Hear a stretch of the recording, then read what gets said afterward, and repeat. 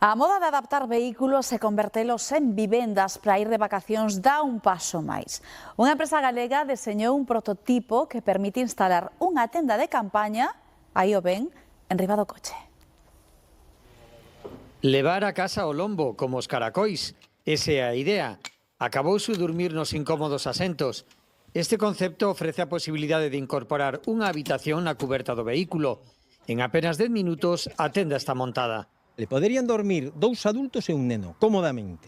É moi robusta, o material é unha chapa de aluminio nido da abella, co cual ten unha resistencia enorme, é unha lona de poliéster, efectivamente, que repele o agua, e aparte, bueno, pues xa ten as características para que non colla piolla, para que se manteña e non colla olores. Unha boa opción indicada para economías que non poden afrontar o custo dunha autocaravana, pero si desexan ter as mesmas prestacións durante as súas viaxes. Este modelo inclúe unha mini cociña despregable instalada no maleteiro.